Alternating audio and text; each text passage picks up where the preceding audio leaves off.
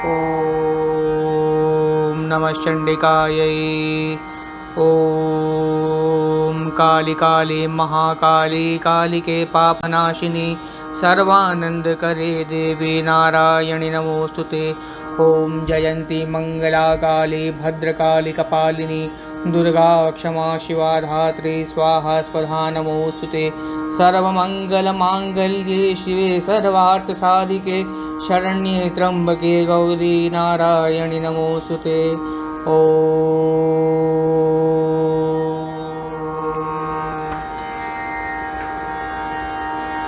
इस प्रकार यज्ञ के संपूर्ण होने पर सती के वियोग से दुखी हो शिव साधारण मनुष्यों के समान बार बार रुदन करने लगे। तब ब्रह्मा और विष्णु ने उन भगवान शिव से कहा, महाज्ञानी, आप अज्ञानी के समान मोहग्रस्त होकर क्यों रुदन कर रहे हैं? वह देवी जगदम्बा तो सनातन पूर्ण ब्रह्म स्वरूपा है, वह ही महाविद्या है, समस्त विश्व की सृष्टि करने वाली है और सर्व चैतन्य स्वरूपिणी है, जिनकी माया के प्रभाव से संपूर्ण संसार तथा हम सभी विमोहित हैं। वह उनके द्वारा शरीर छोड़ने की बात को केवल भ्रांतिपूर्ण विडंबना ही है। प्रभु महेश्वर, जिनकी कृपा से आप मृत्युंजय हैं, उनकी मृत्यु तो वास्तविक नहीं है, यह भ्रम मात्र ही है। हम तीनों पुरुष ब्रह्मा विष्णु महेश भी उन्हीं के स्वरूप हैं। भगवती को मृत मानकर प्राकृत पुरुष की भांति विलाप करने से आपकी ही निंदा ध्वनित होती है, उनकी नहीं। परमेश्वर, उन भगवती की निंदा घोर पाप को उत्पन्न करने वाला है। जिसके द्वारा इस प्रकार का पाप होता है, उसका वह निश्चय ही त्याग कर देती है। वह महादेवी धर्मशील पुरुष का कभी भी त्याग नहीं करती।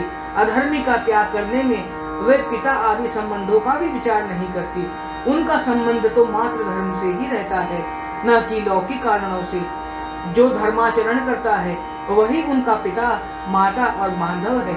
जो अधर्म करने वाला है वह उनका बांधव नहीं, परम शत्रु है। इसी कारण भगवान शिव की निंदा रूपी पाप में रत देखकर दक्ष प्रजापति का उन महेश्वरी ने त्याग कर दिया। यदि वे पराम्बा दक्ष की पुत्री के भाव से स्थित होती तो दुर्दान प्रजापति का दमन कैसे होता? इसीलिए धर्म कर्म के फल को प्रदान करने वाली वह महादेवी उस महापापी का त्याग करके स्वयं अपने धाम में चली आई। क्या वे क्षण मात्र में ही प्रजापति का संहार करने में असमर्थ थी? फिर तो उन्होंने इसकी जो उपेक्षा की वह लोक शिक्षण के लिए था। धर्म का उपदेश करने वाली वह भगवती यदि ऐसा आचरण नहीं करती तो लोक पिता के प्रति सहिष्णु कैसे हो पाते? इसलिए वह नित्या परम शक्ति प्रजापति दक्ष को अपनी माया से मोहित करते हुए और स्वयं अपनी माया शक्ति से अंतर्ध्यान होकर गगन मंडल में स्थित हो गई। महादेव, आप शोक का त्याग करें, क्योंकि अग्नि में तो सती की छाया ने ही प्रवेश किया है। शिव जी बोले, आप लोगों ने जो कुछ कहा वह सत्य है। सती तो मेरी परा प्रकृति है, वह नित्या ब्रह्ममयी और सूक्ष्म रूपा है। उन्होंने स्वयं अपनी देह का त्याग नहीं किया है, किंतु वह मेरे प्राणों की एकमात्र प्रियतमा सती कहाँ चली गई? इस भावना से मुझे व्याकुलता हो रही है। पुनः जब मैं शांत चित्त होता हूँ तो उन्हीं परमेश्वरी के रूप में देखता हूँ। ब्रह्मा विष्णु और रुद्र बोले, सर्वलोक की एकमात्र वंदिता जगत जननी हम लोग स्तुति करते हैं, तभी प्रसन्न होकर वह पुनः दर्शन देंगी। भगवान शिव के साथ वह सब देवगण ऐसा निश्चय करके साक्षात ब्रह्म स्वरूपिणी महादेवी की स्तुति करने लगे। ब्रह्मा विष्णु और शिव बोले, आप नित्या परमा विद्या जगत में चैतन्य रूप से व्याप्त एवं पूर्ण ब्रह्म स्वरूपा देवी हैं। आप स्वेच्छा से शरीर धारण करती हैं। आपका वह रूप परम वेद और आगमों से सुनिश्चित अद्वैत ब्रह्म ही है। अपरोक्षानुभूति से जानने योग्य तथा परम गोपनीय आपको हम नमस्कार करते हैं। आप सृष्टि के निमित्त प्रकृति और पुरुष के रूप में स्वयं भी शरीर धारण करती हैं। इसीलिए वेदों के द्वारा आपको कल्पित द्वैत रूपा कहा गया है। उस सृष्टि प्रक्रिया में भी आपके बिना पुरुष अपूर्ण और शव के समान ही है। अतः सभी देवताओं में आपकी प्रधानता करी जाती है। शिवे, इस प्रकार की अचिंत्य रूप और लीला वाली आपकी स्तुति करने में हम अल्प बुद्धि वाले कैसे सक्षम हो सकते हैं। आप स्वयं स्वेच्छा से हमारी सृष्टि और संहार करती है, इसलिए इस त्रिलोकी में आपकी स्तुति करने में कौन समर्थ है। सभी ज्ञानी जन भी सामान्य मनुष्यों की भांति आपकी माया से मोहित है, तो हम आप परमेश्वरी की वंदना करने में कैसे समर्थ हो सकते हैं। आप ही हमारी चेतना, बुद्धि और शक्ति हैं। आपके बिना हम सभी शव की तरह हैं, अतः हम आपकी स्तुति कैसे करें। आप त्रिगुणात्मक बंधन से बंधकर अपनी माया से अज्ञानियों की भांति हमें भी भ्रांत कर रहे हैं, अतः आपके यथार्थ स्वरूपों को कौन जान सकता है। परमेश्वरी, दक्ष प्रजापति के घर में हम लोगों ने आपके इस रूप के दर्शन किए थे। कृपा पूर्वक उसी प्रकार हमें पुनः दर्शन दे। जगत को धारण करने वाली आप महेश्वरी को न देखकर हम कांतिहीन हो गए हैं। इस कारण शव के समान हम आपको अपनी आत्मा तथा प्राण के रूप में देखते हैं। इस प्रकार स्तुति करने पर महादेवी ने देवताओं के विषाद और शिव की विकलता को देखकर आकाश में उन्हें दर्शन दिए। भगवती काली जिस रूप से दक्ष के यज्ञ में आई थी, अपनी माया के द्वारा उनकी छाया जिस प्रकार अग्नि में प्रविष्ट हुई थी, उस मूल प्रकृति को उन्होंने निर्निमेष दृष्टि से देखा। उन महादेवी ने शिव से कहा, महादेव, आप स्थिर चित्त हो। मैं स्वयं हिमालय की पुत्री बनकर तथा मैना के गर्भ से जन्म लेकर पुनः आपको प्राप्त करूंगी। यह मैं आपसे सत्य कहती हूँ। महेश्वर, मैंने आपका परित्याग कभी नहीं किया। आप ही मुझ महाकाली के हृदय स्थान और परम आश्रय हैं।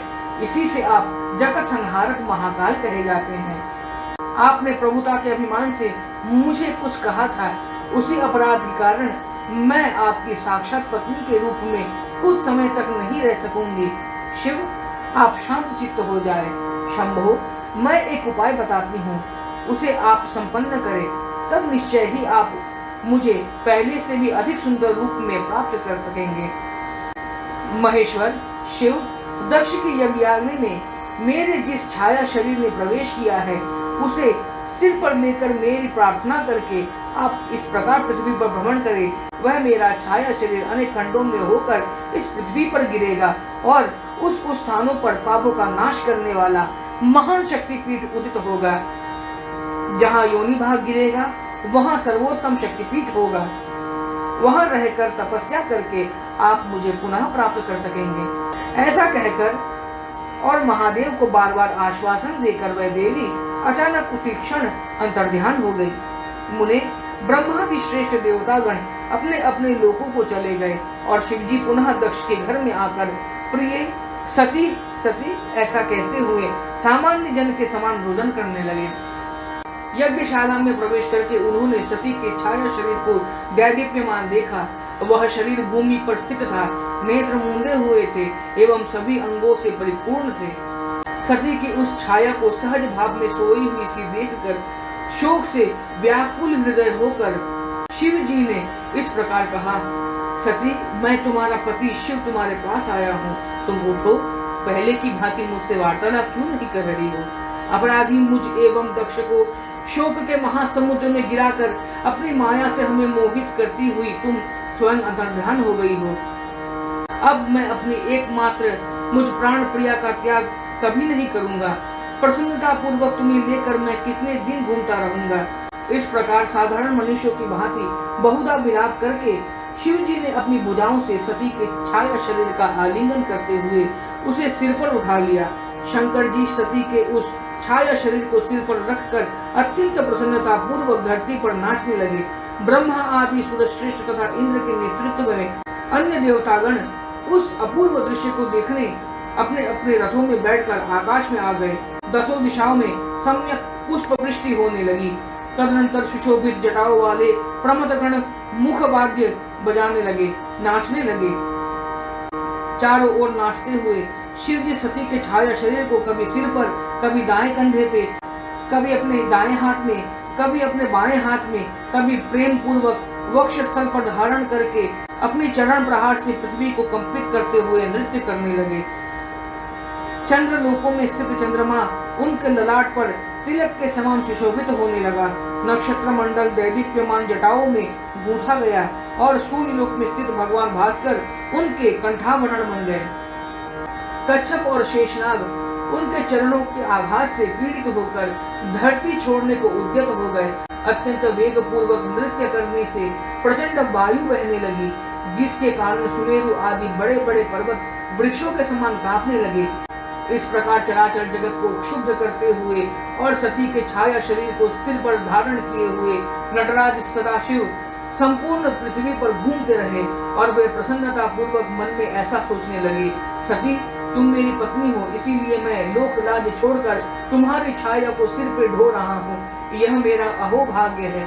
इस प्रकार अपने भाग्य की सराहना करते हुए शिव जी आनंद मग्न होकर पुनः पुनः नृत्य करने लगे। इससे सारा संसार अत्यंत क्षुब्ध हो गया, पक्षीगण मृतकों के समान हो गए और लोग अकाल प्रलय की कल्पना करने लगे। ब्रह्मा जी की आज्ञा से ऋषिगण महान स्वस्ति वाचन करने लगे। देवताओं को चिंता हुई कि यह कैसी विपत्ति आ गई है। वह सोचने लगे कि अब संसार की रक्षा का कोई उपाय नहीं दिखता। इस दक्ष ने शिव जी से द्वेष करने के कारण ऐसा कुयज्ञ प्रारंभ किया, जिससे इस संसार रहित हम सब का नाश हो जाएगा। विगूढ़ नेत्र वाले सर्वसमर्थ शिव जी तो आनंद से मतवाले होकर पृथ्वी पर आई इस विपत्ति का विचार कर नहीं रहे हैं। वह जगत संहारक रुद्र कैसे शांत होंगे।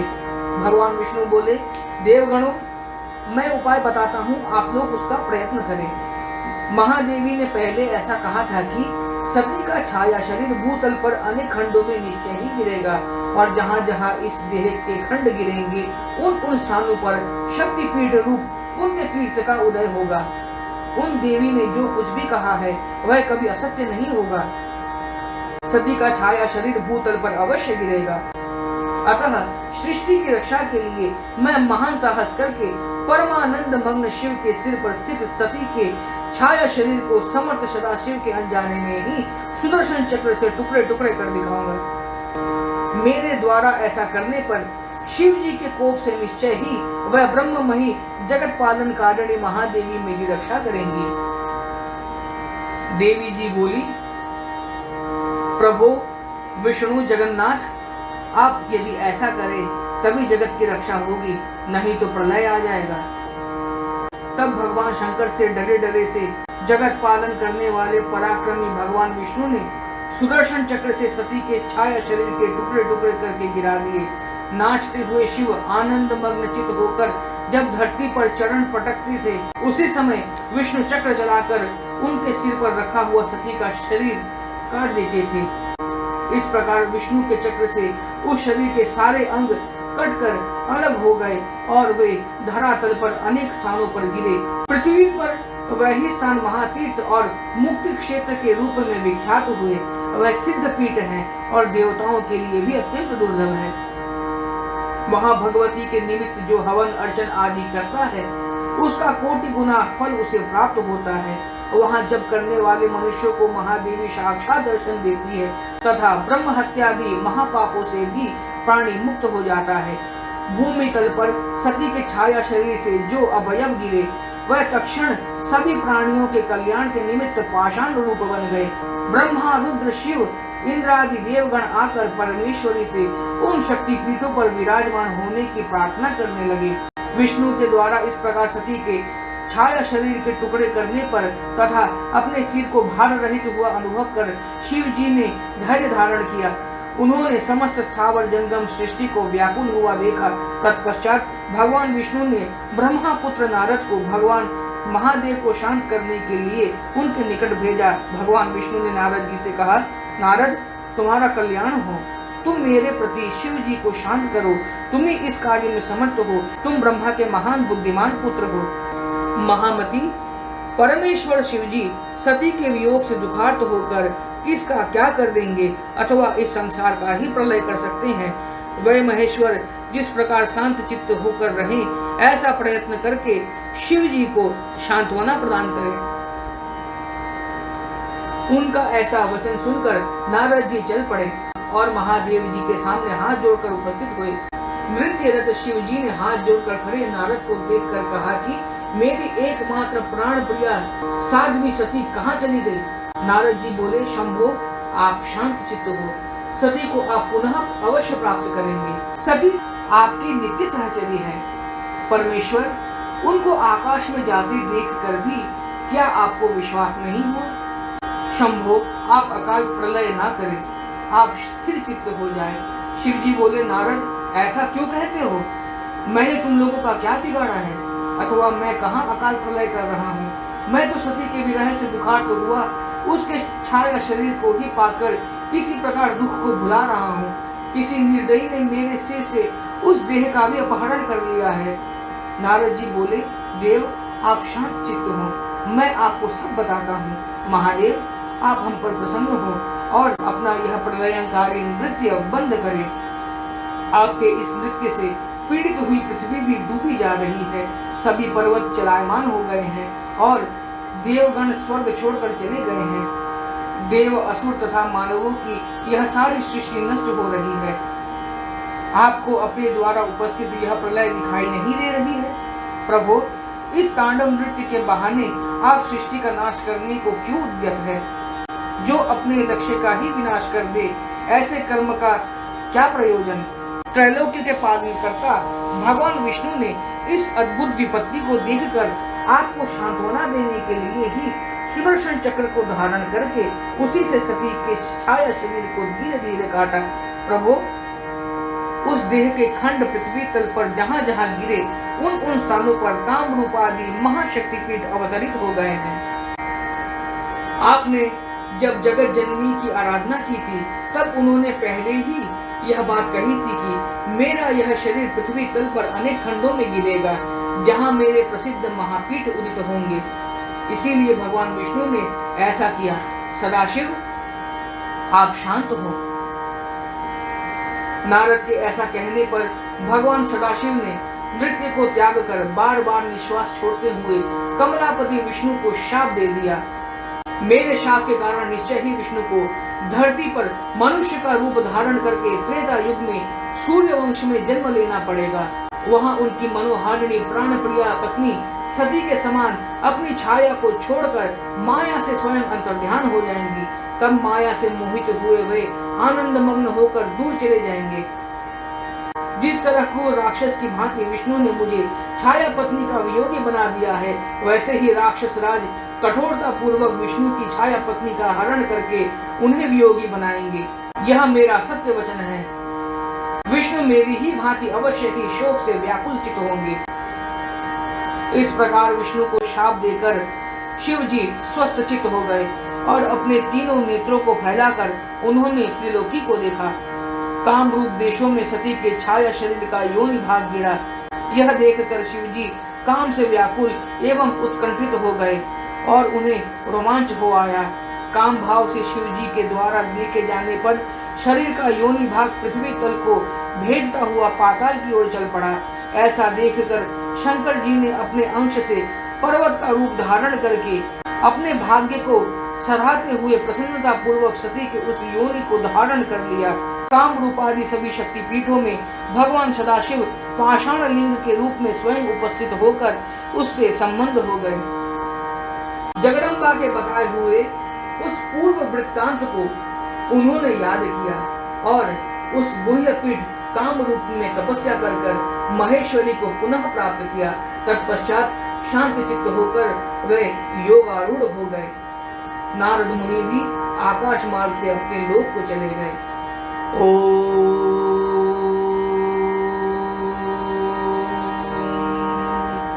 नमः चंडिकायै।